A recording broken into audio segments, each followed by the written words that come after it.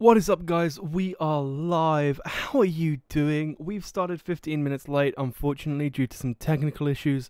In fact, my Wi-Fi is so dodgy right now that I am literally tethering off of my mobile phone 4G package just to get the internet connection to run this show. That is the level we're at. Oh, hang on. That's better. So yeah, we're live. We've got lots of topics to talk about. We were supposed to have a guest on today. Unfortunately, it seems they couldn't make it, so I kind of scribbled their name off of the for what's what I'm looking for show notes, just in case someone thinks of becoming a Twitter stalker and being like, I can't believe you weren't on the podcast." However, we will hope to reschedule with them. I was really excited as well. It's going to be a good guest, I promise. You guys would have loved him. However, we will hear from him another time. For right now, we have so many topics to talk about. And before we do, though, I just want to talk about some personal news. I'm actually on a podcast after this. It's not live, it's pre-recorded, and I'm not sure when it will be out, but I will share it with you once it is. It's a personal podcast as opposed to a technology-related podcast, which means you'll get to see a side of me that you wouldn't otherwise see. The podcast is called The Podcasting Couch. There'll be a link to it in the description, so go check it out, because they're cool. They're having me on as a guest, and that's nice. However, before we get started, I have a joke for you guys, which isn't really much of a joke as much as it is just a bit sad. We've decided that we want to outdo Google with offering obscene amounts of money for things that have basically no value. So we've officially put in a bid to buy Yahoo off the group of Chinese investors who bought them for like $4.5 billion like 2 weeks ago. And we're now offering $100 billion for Yahoo because they're worth it. If you follow me on Twitter, you may have seen that, in fact, I did tweet about this during the week, and we'll let's cover this first. The reason I made that joke, which wasn't really that funny, but they never are, is because Google have been supposedly offering $30 billion for Snap. The people who make Snapchat and the sunglasses. Mine are downstairs. I looked around just in case I brought them up with me, but I didn't. But those guys. Google have been offering $30 billion to buy their company. Now, I was thinking about it, and I wasn't sure which was crazier, the $30 billion for Snap, for a company that is currently floating at $15.94 billion, which is only because their market cap rose after this announcement. Before that was sort of leaked to the press, it was actually $14 billion. So I'm not sure if that's more overinflated, or the fact that Neymar Jr., a footballer, he was transferred from one team to another for $263 million, which is also an obscene amount of money. Yes, that is the question. Which one is crazier? We may never know, but they are both crazy. It's hang on, let me fix this. Let's calm down. We're not in a rush. We've got nowhere to be. Well, we do. You probably have things you want to do. But that's beyond the point. I've had a busy week, a busy day as well. I've been up since like 9 a.m. and I got home like an hour ago, not even, and I've been preparing for this. It's been crazy. I have some coffee thanks to Transparency. I have a mug thanks to Transparency. I met them at a conference. They gave me a coffee mug, and I use it like all the time. I love it. Oh, sorry. I also have a T-shirt, which is really cool, but it's downstairs, and I'm not gonna grab it. Sorry. The fact that, can we just take a second to appreciate that the fact my 4G is way more consistent than my home broadband right now? Like, it is literally, like, it is being a complete champ about sort of handling. Oh, that's, just as I say it, I kill it. Okay, cool. It's because I was in another thing, and it's fine. Whew. It's being an absolute champ about hosting this, and it's not even blinked. I want to go into, hang on, what am I after? My Vodafone app. I'm probably going to do a video about this. There are a bunch of things I feel like doing videos about over the coming weeks. I'm off to Georgia. Ooh, that's not good. I'm hoping that needs to refresh. Yeah, it does. Whew! So for a split second there, it said I had 200 megabytes of 24 gigabytes remaining with 22 days of contract remaining. Luckily, it just needed a second to refresh. I actually have 16 gigabytes. If you're wondering how I use up so much data, don't worry, I am too. Oh, man. I burn through data like there's no tomorrow. It is honestly a touch concerning. But you know what? Internet videos are kind of my job, so it's a thing that happens. Data is data, and it's if you don't use it, you lose it. So I use like almost all of my 24 gigabytes every single month without fail. And occasionally, like I'll use it to upload a video onto YouTube when my Wi-Fi is when my Wi-Fi is acting up. Like even though it's not necessary, it's just the fact that it's a bit faster. I'm just like, you know what, screw it, I'll do it. So I do.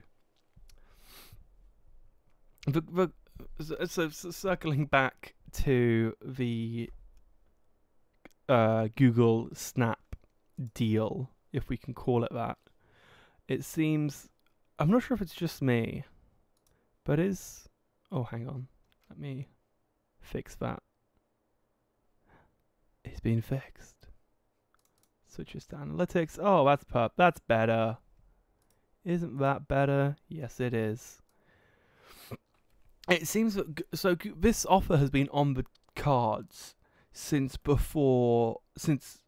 pre-IPO, right? And it's been an open secret within the execs at what's what I'm looking for, within Snap, and they've been aware of this. But it seems that the biggest roadblock to this, which was also the biggest roadblock to when Facebook tried to buy them and has led to Facebook copying everything they do, is Evan Spiegel, the CEO of Snap, the founder of Snap. He has been refusing offers left, right, and center. He said no to the $5 billion, I believe it was, that Facebook offered them after, that they IPO'd and went up as high as $30 billion and then dropped to what is now 15-ish or 16-ish, I should say. And it seems that Evan really doesn't want to sell Snap. He really wants to hold on there. And I'm wondering if that might end up being Snap's undoing. Google, with sort of offering that 30 billion and Snap apparently saying, no, we're not going to take it. I was reading, and I'm going to have to check this. Give me 2 seconds. I believe I saw, so over the last couple of days, so when was this? The 4th of August, according to The Verge, Google are reportedly building Snapchat Discover competitor into search using Google's AMP technology because they just don't want to wait. It's expected to be called Stamp. That is an interesting name. Congrats to them. But yeah, it seems like what's happening is these companies are going, hey, Snapchat, we want you to become a part of us. Snapchat is saying no, and then all the other companies going, okay, we'll just do it ourselves then. Which is kind of annoying because I love Snapchat, the company. Or not the company, Snapchat, the app and the sunglasses, and I think they're really cool. I think it's not nice of everyone to be copying their stuff. But, if you're not going to sell to anyone, that's what that's what ends up happening, right? And, yeah, it's crazy. Snapchat, for all the stuff they offer, constantly being hunted down and need to find something fast. My friends are slowly moving away from Snapchat more and more. And so for me, as much as I love it, and I really don't want to use Instagram stories, right? Because that was, Instagram stories and Facebook Messenger for Facebook My Day or whatever it's called, and then for whatever Facebook version is called, and then whatever the WhatsApp version is called. They're all blatant rip-offs, and I don't want to use them out of an appreciation for the fact that Snap was there first. But people are moving away from Snap, and we looked at it last week, and more people use Instagram stories and Facebook stories on a daily basis, and it's just becoming harder and harder to justify. And the question in my head is, will this lead to the death of Snapchat? Is this Google offering Snap a lifeline and Snap turning it down? I think this will be one of those situations where it either goes really well or really badly. And in my opinion, as much as I love Snap, I think this is one that ends badly for them.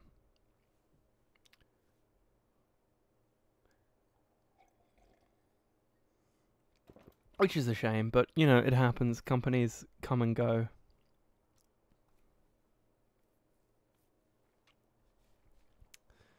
Oh, man. So I just realized the first topic we covered wasn't even in the title of this episode. However,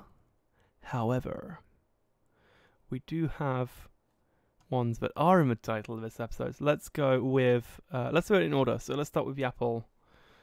Let's move this and that. Oh, hang on. That's what we were after. Let's talk about Apple's new watch, shall we? So Apple are thought to be working on a new version of the Apple Watch.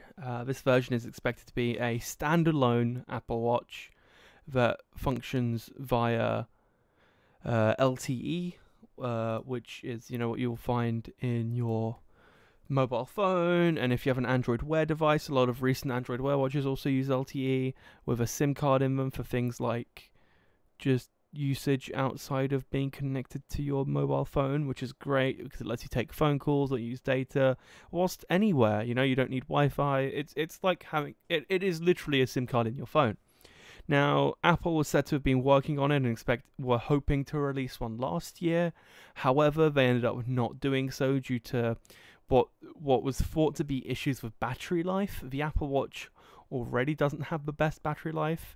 The screen has to turn off whenever you're not sort of do that whole like flick motion because the battery just doesn't last long enough. So my smartwatch hasn't always on. Let me just switch to my camera view so I can see what I'm showing you guys. My smartwatch hasn't always on display. And you can't do that with an Apple Watch purely because it just doesn't last.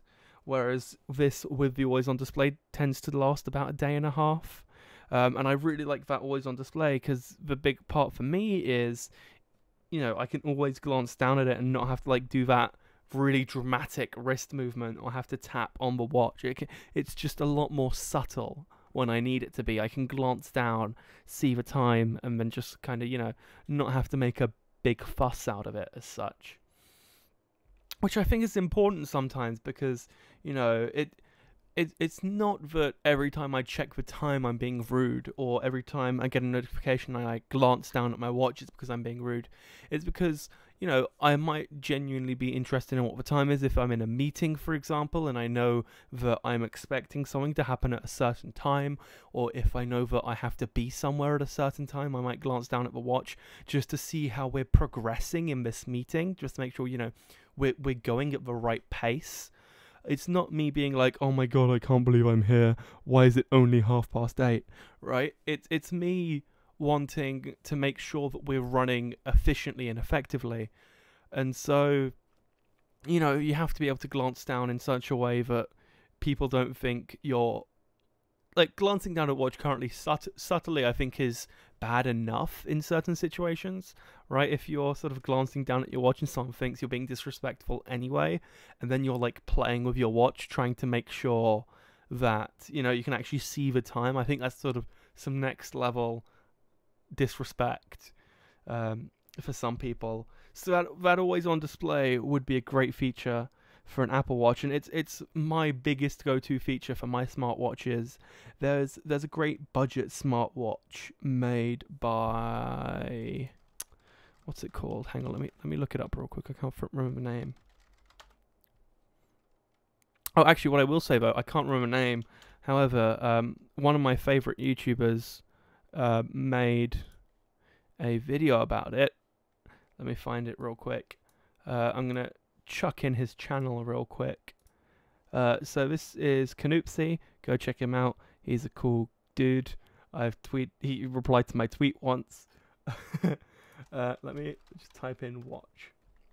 He makes really cool videos. I love his style of thumbnail. They're really cool. Where is it? Was it our top? It might have been our top one, you know. No, here it is. The tick watch. So I'm gonna try to not show more than like 2 seconds. So you know, this watch is really kind of cool. However, I think this watch doesn't have an always on display. I think that's what I tweeted him about. So you know, I decided that it was therefore not for me. Is it in the comments? No, they released a TicWatch 2. I'm not sure how much better or worse that is. But, you know, that was my driving decision for this, right? I was like, will it have an always on display? Because that's what I value so highly in my current watch. And it was a no. So, I didn't end up getting one. I do need to replace my current watch, though, however, because if I pull up something with full screen, you might be able to see... Oh, excuse me. There is a dead pixel. Let me turn on autofocus real quick. When I go to do these, I disable the autofocus because it screws up a lot of the time. So let me turn it back on. Let's do this. If I do that, just wait for it to think. Right, nope. I'm going to go out of focus for a second. Or not, apparently. I can't control it. Hang on, let's... Camera control, focus. That's better. So if I do this, I love how the proximity to the webcam is making my watch think I'm telling it to shut off. Hey, oh, you can see that dead pixel. You know, it's not a big deal, and you know, luckily due to my standard watch face, you can barely see it 99% of the time. Because, you know, my watch face is mostly black, and where that dead pixel is, it's also black. So the fact that it's dead means nothing. However, you know, when I'm on something light, or if I'm, like, doing something, and I'll sometimes forget about it. And that's the worst, because then I'll remember about it when I see it. I'm like, oh, God, my watch has a dead pixel, doesn't it? So, you know, it's not the end of the world. However, it is a mild frustration. And, you know, if a cool new smartwatch appears, such as the Huawei Watch 2, for example, is something I've been considering. It's something in that. Or I considered the Galaxy Gear S3, isn't it? The newest one? Let me check. Yeah, the S3. The S3 Frontier Edition. However, I also decided... sort of soon after that my next phone probably isn't going to be a Samsung, which is something we'll come back to in a second. It's a topic as well. So because of that, I decided that my next phone won't be a Samsung, and therefore if I buy the Gear S3, I'll then have to sell it on in like 6 months' time. That just isn't worth it, because there's no point buying a watch, owning it for 6 months, and then selling it for like half the price, because it will be used by then. So I'm going to stick with this until I get my new phone, and then until this dies, probably. Because that's the kind of world we live in.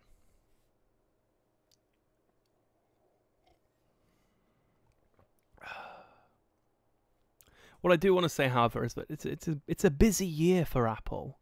It's interesting because it's not busy in the sense that they're releasing so many cool new things. It's a busy year in the sense that they're releasing more than usual, right? Because most years they just do refreshes of their devices, right? The 6 to the 6S, right? Like if you take like the year of, when would that have been? What is it now? 7S is coming up this year. So that would have been, what, 2 years ago, right? So 2 years ago, 2015, was a year where everything they did was refreshes, right? I think did they announce the MacBook in 2015? Let me check.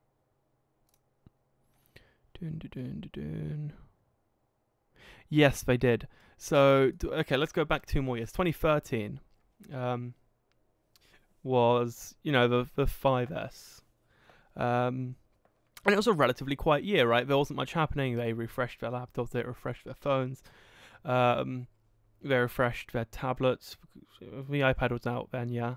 So they probably refreshed that. But that was more or less it, right? There wasn't much else going on. This year, however, they're doing that same thing, right? They're refreshing the iPhones. However, they're bringing out 3 iPhones this year. They also have the iPhone X or the iPhone 10 or the iPhone Anniversary Edition or whatever it's going to be called. That's also being released on top of the 7 and the 7S and the 7S Plus. Nope, not sneezing. Perfect. As well as that, they're releasing the iMac Pro in December, which isn't strictly speaking a new product, but is kind of a new product. They've taken the iMac and put in some beefier specs. So, whether or not you determine it to be a new product, I guess, is down to you. And then they're also releasing the new Mac Pro, which is a new product, coming 2018-2019. And then on top of that, also in December, they have the HomePod, which, is their smart speaker, which is a fully fledged new device. It's a busy year, but outside of a HomePod, right, none of these are completely revolutionary products, right?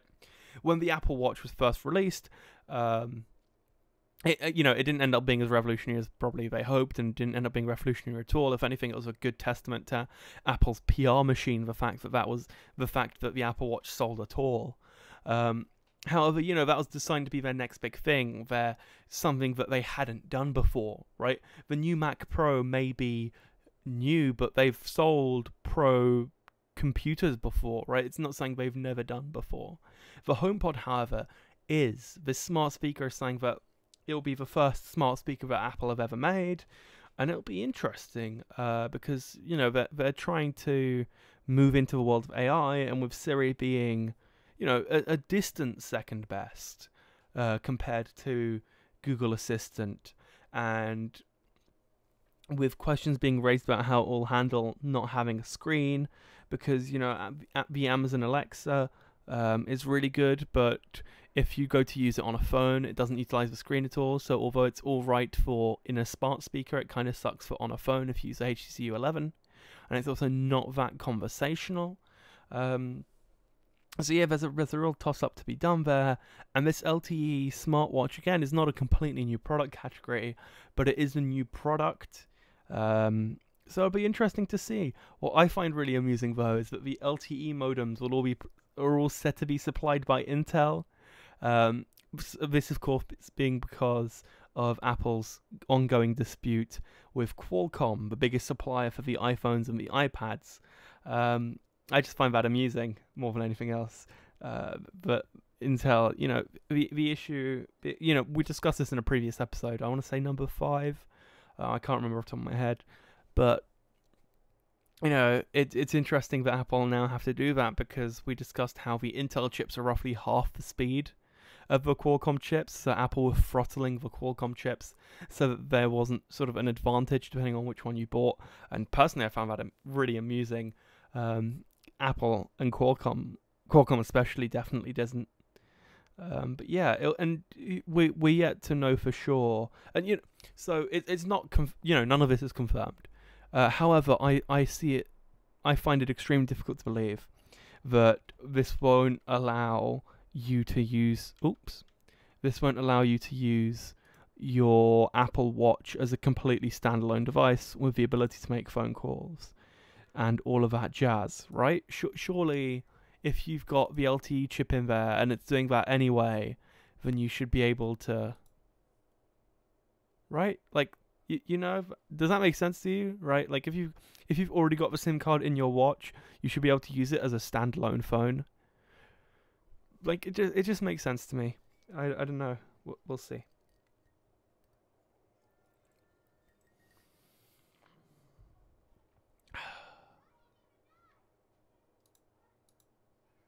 But soon we shall see.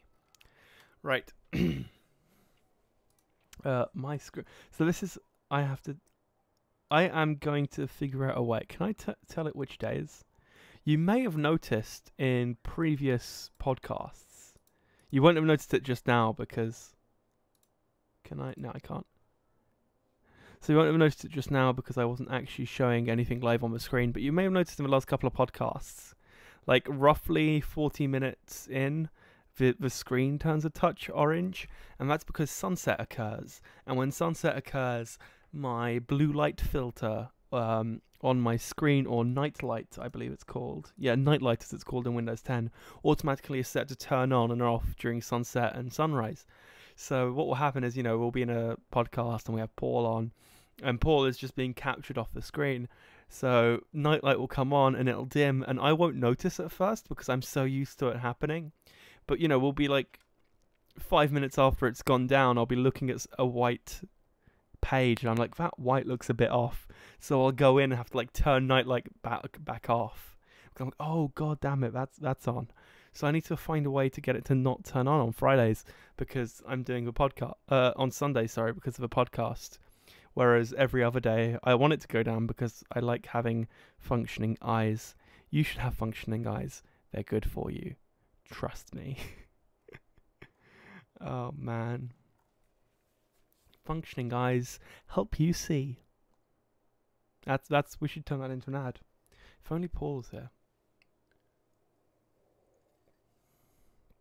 Oh man.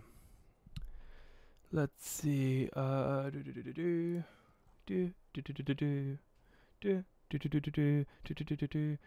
damn it! How's that happened? So I was let's talk about my next phone because it's a topic as well. I love it when this happens. It just so happens, but it happens. If you know what I mean. Let me fix this real quick. That's better. Perfect. So it just so happens, but it happens. It is said that it's this is something that isn't in the show notes because I stumbled across this literally 10 minutes before we were due to go live.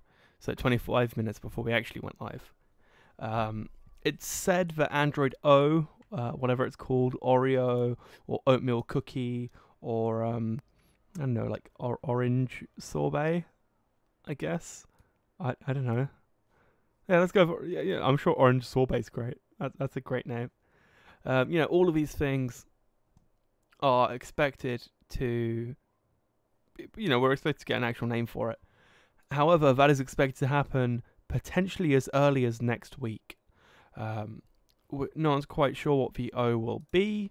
However, there have been a couple of sources, mostly Android Police, I believe it was, who said that it might be launching next week for Pixel devices as well as potentially Nexus devices, which is always great. And, we've had 4 developer previews, so it's being expected any time now. And, next week would put it almost perfectly in terms of a year on from... what's what I'm looking for? Almost a year on from Nougat or Nougat, which, my phone only got back in March, it must have been February, March, which is a big deal because my phone is still on 7.0. Like, I am someone who loves having my phone on the cutting edge, right? I love having all my tech, my Chromebook, which I still need to do a review on. Let me grab it real quick. This thing, right? I use it all the time when I'm not at home. It's literally I was on this all day today. I was using it, sort of making. I've been out all day. I've been in a car for 2 hours. 2.5 hours. For the whole time I was using my Chromebook, and I love it, and it's great. However, I love having cutting edge features, and one of those cutting edge features is the Google App Store on Chromebooks. However, that's only available in the dev channel, which, if you don't use a Chromebook, there are 3 channels. There's the stable channel, which most people would use. There's the beta channel, which is, mostly stable, but, beta. And then there's the developer channel, which is completely unstable, completely for developers. You shouldn't be using it in production, but I kind of was. And I have been ever since, I have been since the day I first got this laptop. Literally the first thing I did when I bought this is load it up, update it, see there wasn't a Play Store, and stuck it in the developer channel so I could get the Play Store. And I've had very few issues with it. up until the latest update, actually. So I've had almost zero issues. The latest update has meant that occasionally when it starts up, it like spazzes out a bit, so I have to restart it. That's right at startup. You know, if I've been using it, then it's been fine, which is cool. And it's yeah, I don't know what to say. That's about it. Just guy like actually, I know where I was taking this. Samsung, listen, Samsung, Huawei, Honor, everyone who has extremely heavy skins, and anyone who doesn't update their phones, for regardless of reason, like guys, come on, seriously, please, like, especially if you're buying one of these, right? This phone is not cheap, and I think the single-handedly the biggest reason I am considering, or I am probably going to be buying a Pixel 2 when that launches in September-ish, October-ish. What was the date? I can't remember. What point being, when that launches, the reason I'm most likely going to be buying one of those once my contract on this runs out in March, is because it gets those updates immediately, and getting them from Google, and there's no one in between. There is no third party. If I had a Pixel, I would have been rocking Android O the moment the first beta dropped, because it's just the moment the first preview dropped, I should say, because it's what I do. I love being on the cutting edge, and I now, since the whole debate, which if you haven't seen, there's like a 5-video series on this channel, go check that out. It's been a nightmare with Samsung. Since all that happened, I have been occasionally installing custom ROMs on my phone, because, you know, why not at this point? But outside of that, it's just difficult to justify anything outside of either a Google device or an Apple device, because everything else is just so late to update that it is a potential security risk. Now, luckily, let me check. I got a security update like 2 days ago for this phone. I literally go into my phone and into like software update on a near daily basis. That's like how desperate I am, I guess, if you want to call it that, to be on the cutting edge. So if I go into, where will it be? About device? Yeah, about device software info. Yeah, so the Android security patch level is the 1st of July, which is the latest one, I believe. However, I only got that 2 days ago, and it's now August, and I'm pretty sure the August one dropped yesterday, actually. Let me check that. That's if we, Android security patch, patch level. If we go into the first one, just so we can go. So July dropped. When did this drop?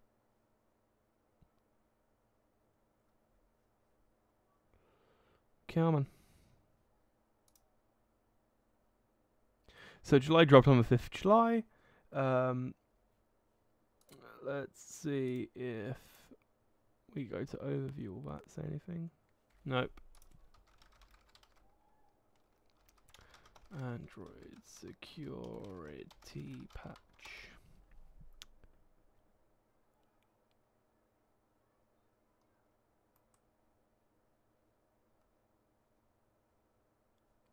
So yeah, it's yet to be announced. So it is on the latest.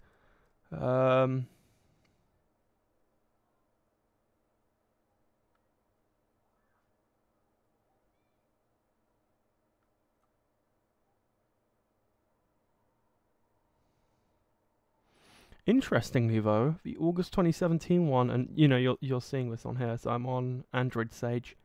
It says here, Samsung got the August 2017 security patch before Google on the J7, it seems, which is bizarre because it's only on one phone.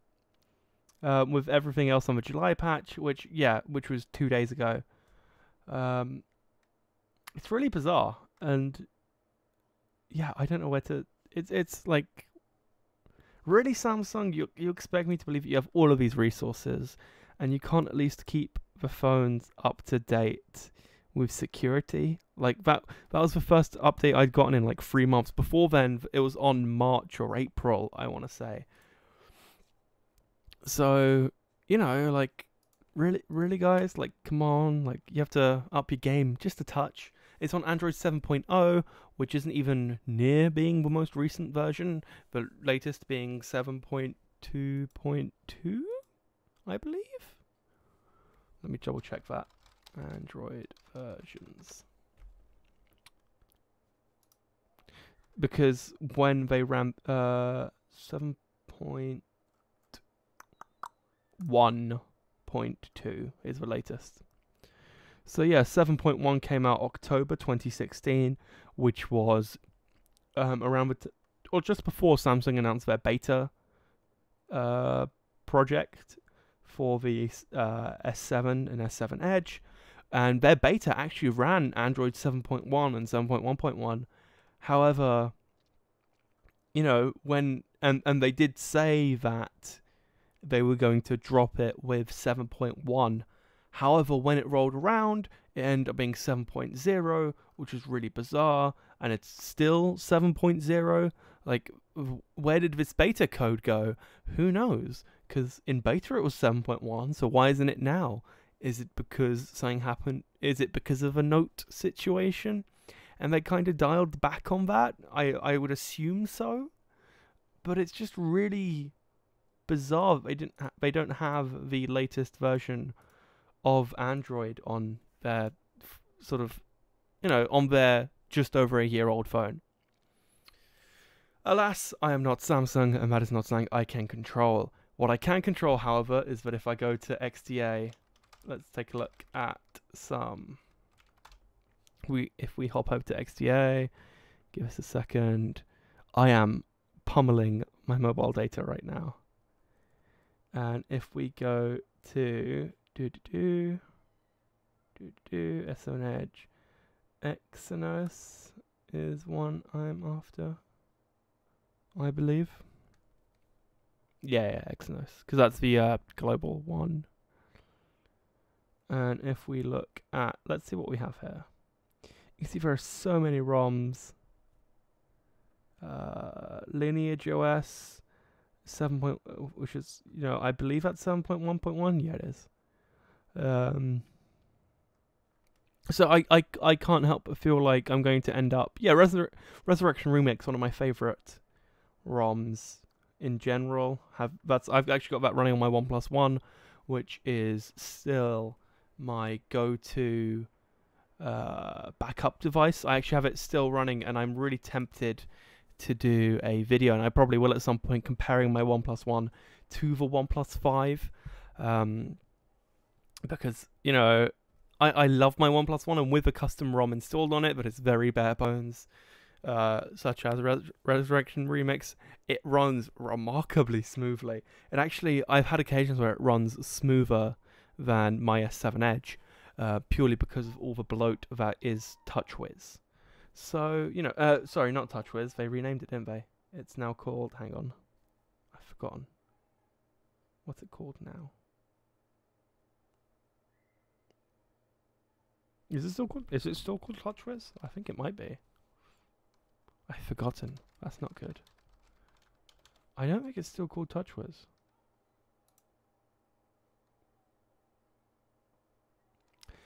Grace UX. Yeah, TouchWiz Grace UX, user experience. Yeah, let's call it Grace. It's called TouchWiz Grace. But yeah, it's bizarre to say the least. And it's the situation we live in. So I will be buying a Pixel 2 probably, and we shall see. Oh, wowza! I'm not sure if you heard that. My ankle just clicked massively. Did not need that.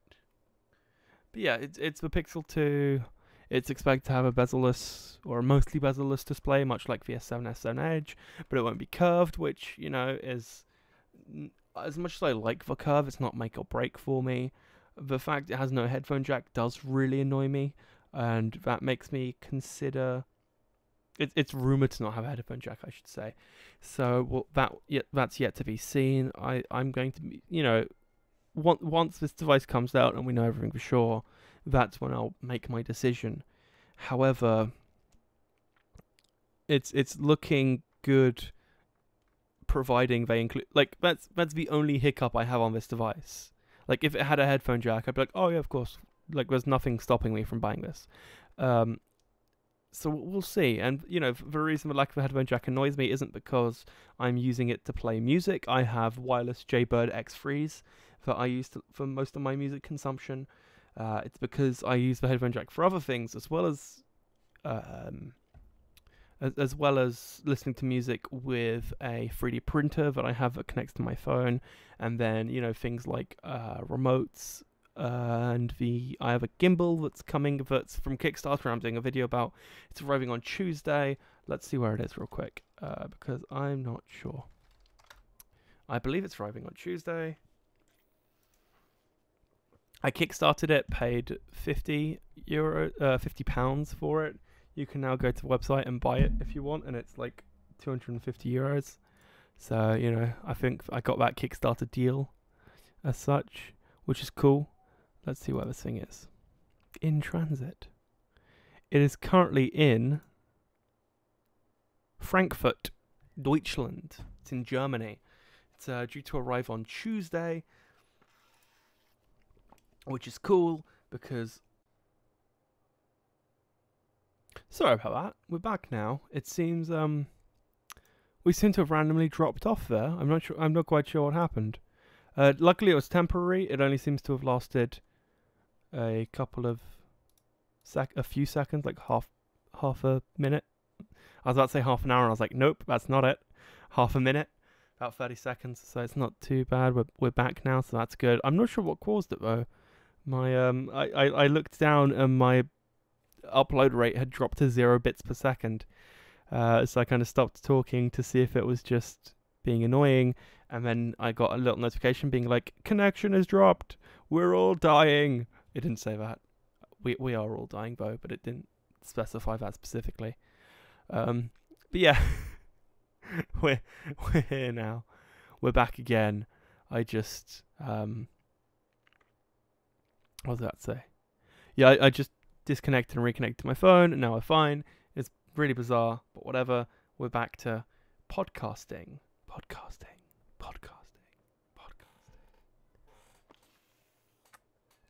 What am I on? Who knows? Elsewhere.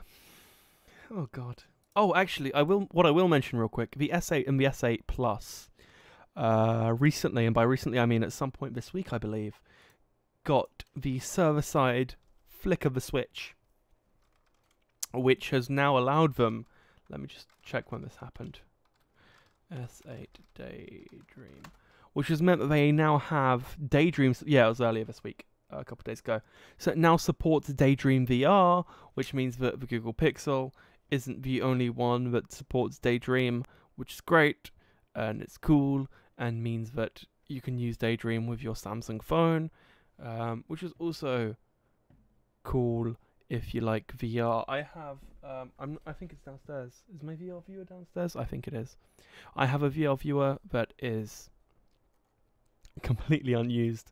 Like, I'll use it like for like 10 minutes, and then I'll forget it exists for like 6 months, and then I'll use it for 10 minutes again, which probably isn't the way that OnePlus, because it's a OnePlus.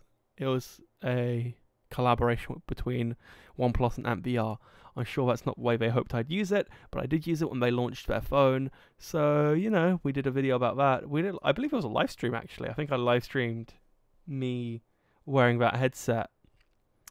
I remember it being the weirdest thing, but it was just so funny. Just me in VR doing the whole, like, oh, look, there's a OnePlus phone, and doing that whole launch. It's the OnePlus 3, if I recall correctly, so that would have been, what, like, over a year ago now. God, time flies, does it not? Can we take a moment to appreciate how quickly time goes? It's just constantly chugging along, never stopping, never waiting, always going. Oh, man. But remember, guys, you can... Hang on, I need to like, get in position for this. remember, guys, you can do so much more with your time. Oh, hang on. I'm gonna stay here. There's like a cool breeze. It's really warm in this room, and the window that is behind those two lights is open. I think I just got whatever. But the window is open, and it's behind those two lights, and there's just this cool breeze of air, and that's exactly what I need because it's really warm in this room. It's recenter. Wrong kind of recentering. This place becomes really weird when I'm on my own. This is why no one should ever leave me to podcast alone. It becomes a really dark place. Not even dark, just bizarre. Just odd. On so many levels. Oh man, so what other topics do we have? I guess I'm obliged to cover the Marcus Hutchins situation because, you know, it's in the title of this video. So I should at least cover this. Not before I fix some spacing in another topic though. That's better. So Marcus Hutchins, better known as MalwareTechBlog, has been arrested. He was in the US. Actually, let's cover this from the beginning. He mysteriously disappeared. He was supposed to be boarding a plane to get back to the UK earlier this week, I should say. He had been at Las Vegas at DEF CON and Black Hat, attending as a employee of the company he works for, doing cybersecurity stuff, and it's not been the best of times for Marcus Hutchins. He was detained literally on his way onto the plane. So, you know, he'd been there for like a week and a half, and as he went to get on the plane, they were like, actually, the FBI decided to swoop in and pick him up and not give him a lift home. He has been... one of his friends told Motherboard that they'd been trying to get in contact with him for 18 hours and nobody was sure where he'd been taken. They weren't sure why he'd been arrested and had no idea where in the US he was. It had been claimed that he was detained at the Henderson Detention Center in Nevada. However, when they were asked to comment, they said that they only kept records on current detainees, and that and if he had been there, then he was no longer there. And he'd been moved to an undisclosed location. Since then, he has surfaced. I say he has surfaced like it was his own choosing, right? He appeared in front of a court where his lawyer was given like half an hour to come up with a defense. He was granted a £23,000 or $30,000 bail, but the hearing was last thing on a Friday and had mere moments to get the money together. And by the time the court had closed, and because the court had closed and it was a Friday, they weren't opening until Monday, so he couldn't pay the bail and has actually spent this weekend in prison, which is not fun, to say the least. Now, if you're wondering, George, why is Marcus Hutchins, aka MalwareTechBlog, the guy who literally saved the US from WannaCry single-handedly, although by mistake, and he didn't know what he was doing at the time. It's basically what he did, right? Well, he's been accused of. Wait, let me get the exact words because I don't want to mess this up. You know, it's important. Judge was sympathetic. Oops. Let me pull you in on this. So this is the BBC News article. So there was a piece of, where is it? The software. I can't remember the name of the software.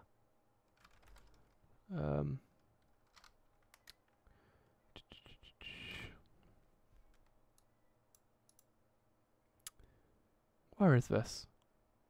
What's the name of the software? So basically, it was a piece of malware. Was it malware? Hang on, I can't. Oh, it was literally in the second line. So 6 charges of creating and distributing the Kronos malware. Now Kronos was designed to attack banking systems, going in and stealing information about what's what I'm looking for, about it will, like, steal PIN numbers and credit card information. Yeah, it's really bizarre. This is like it just seems a bit dodgy that the FBI turned up as he was about to get on his plane, and were like, "Actually, sir, can you come with us?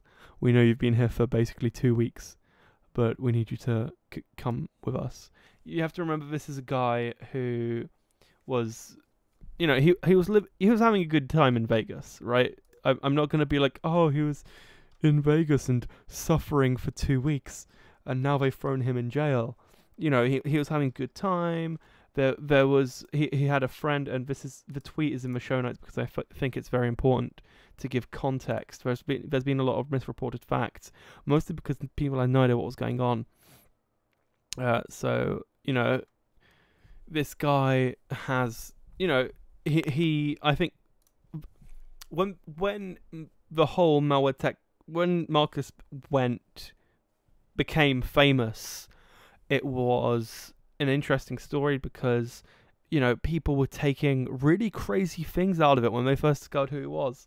They were like, oh my god, this guy really loves pizza and he lives at home with his parents, right? But, this guy, he chooses to live at home with his parents, right? It's just because you enjoy being with your parents doesn't necessarily mean that you couldn't afford not to, if you get what I mean.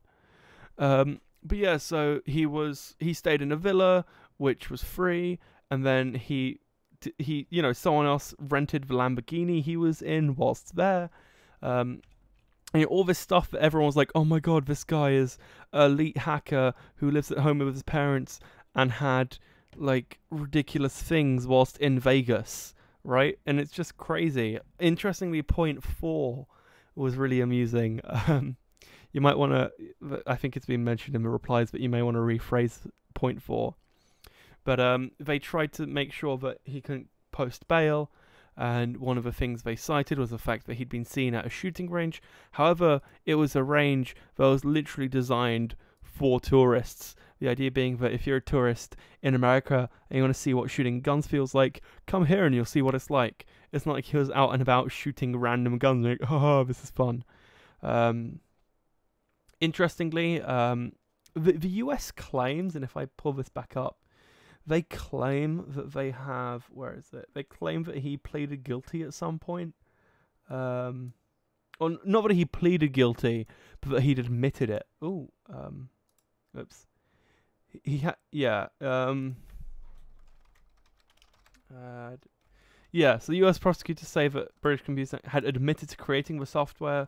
However, if you go back and look at his Twitter, he actually just discusses that he's researching it, and that he asks people if they have any of the source code so that he can take a look through it and understand what this code is, which makes me think he isn't, distributing it. If you're like, hey, can I see what it looks like? Do you have it so I can see? Doesn't make me think he's one selling it, but it'll be interesting. We'll see what comes of this. But yeah, it's bizarre, right? So he had no lawyer for 48 hours. His attorney has said he will not be pleading guilty. He will be pleading not guilty, I should say, to phrase it slightly better, which makes sense on multiple accounts, especially if he's not guilty. Outside of that, there is a crowdfunding campaign, which I'll give a link to that in a second. And he's going to be picked up on Monday with his lawyers, and I hope he's well. He seems like a genuinely nice guy. He's also someone I've been lucky enough to have an occasional Twitter encounter with, along with Swift on security. A couple of people who, a lot of what they say, let me pull them up real quick. Swift on security. This person, right? Like, I have a lot of the time they're tweeting stuff that I like goes completely over my head in terms of security, but it's something that I have like this interest in, and you know, like when I do occasionally understand something, I'm like, hey, I understand it, and I'm like, look how cool I am. Because, you know, this is how you become cool, by understanding cybersecurity.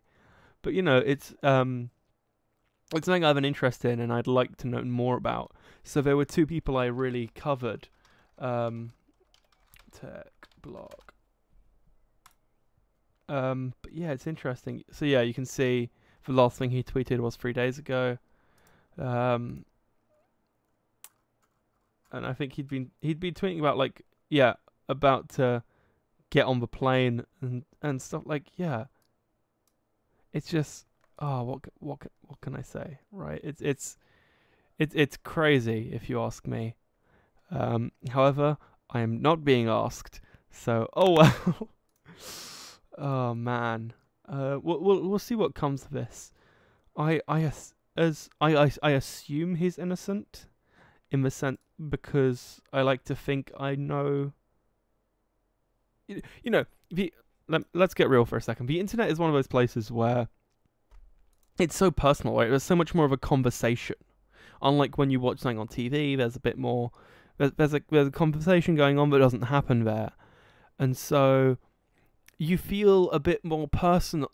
The connection feels a bit more personal. I think YouTube does this as well, because you can comment and then the creators can comment back. So if you comment something on this video or an on-it video, I'll try to get back to you, providing that it's relevant and something conversational. And you feel like you know that person a bit more than you would if they were just on TV. And I feel like I know... I feel like I know Marcus Hutchins more than if he was just some guy on TV, and I like to hope and I like to think that he is innocent in all of this, and it is just a misunderstanding.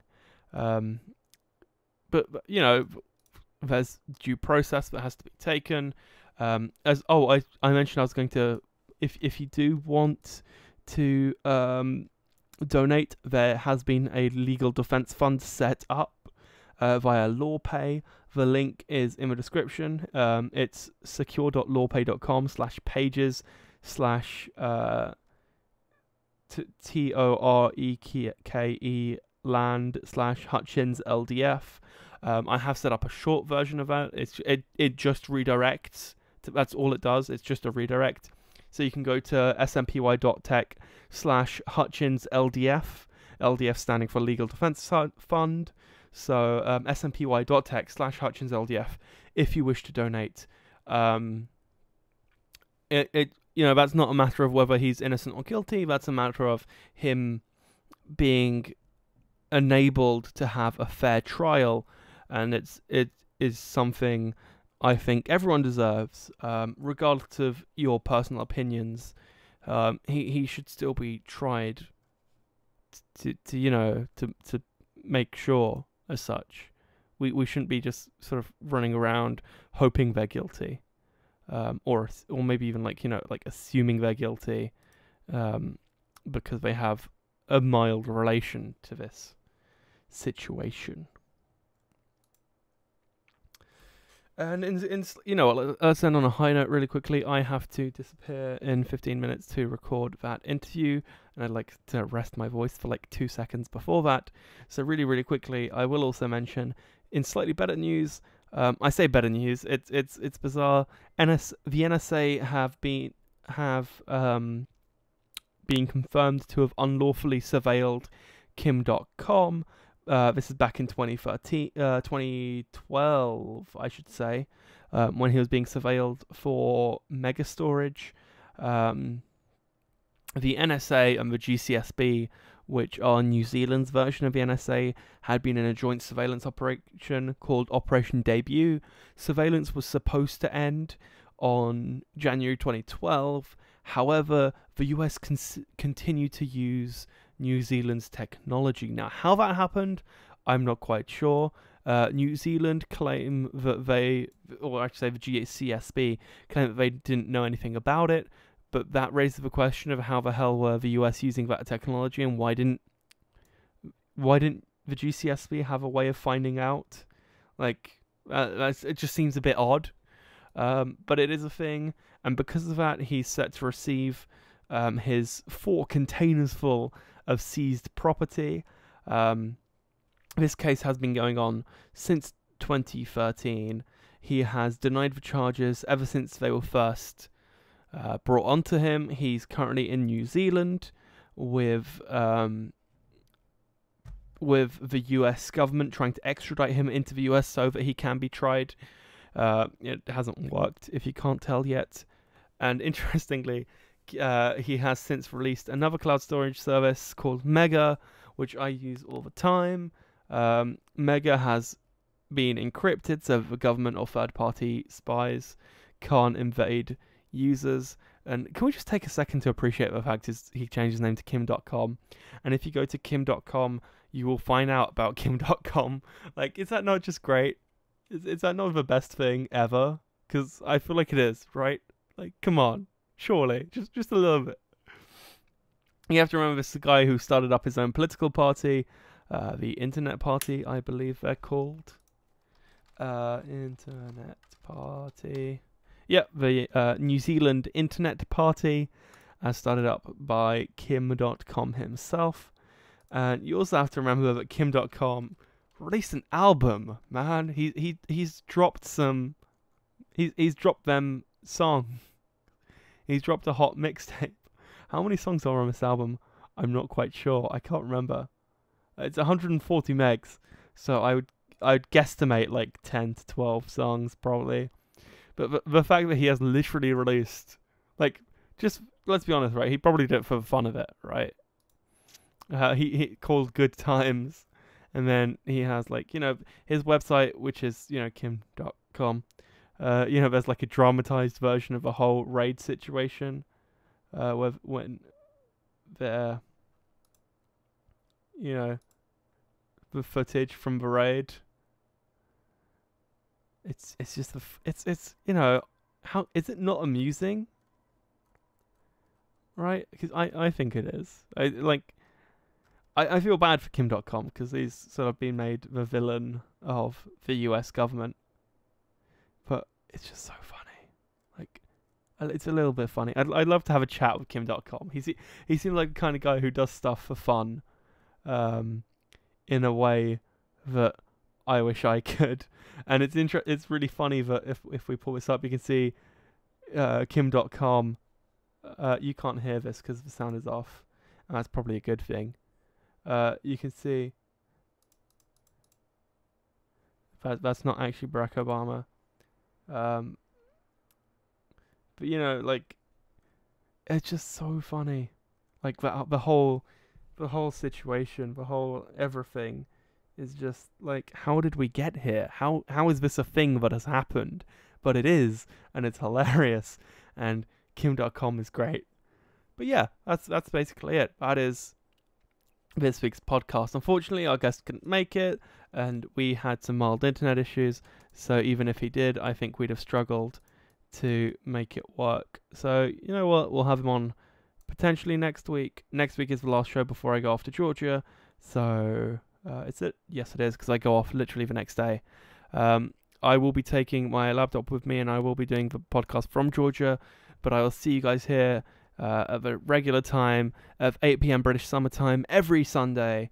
Come say hi. It's a live show. I like chatting to you guys in the chat because it's always fun to get your perspective on things, talk about things you want to talk about, hear about what you guys are doing. So come check this out, 8 p.m. British Summer Time every Sunday, smpy.tech/live. You can go to /podcast to see the whole feed of previous podcasts. If you own a iOS device, you can go to /iTunes on your iOS device to open it up in the iTunes app. If not, you can go to any of your favorite podcast aggregator services and just search for the Snappy-Tech podcast, and it will come right up, and you can get each episode as soon as it's uploaded, which is, usually within an hour of the live show finishing, depending on the situation. In this case, it'll be a bit later because I've got that interview, but it will be up before midnight. So if you're listening to this, congrats.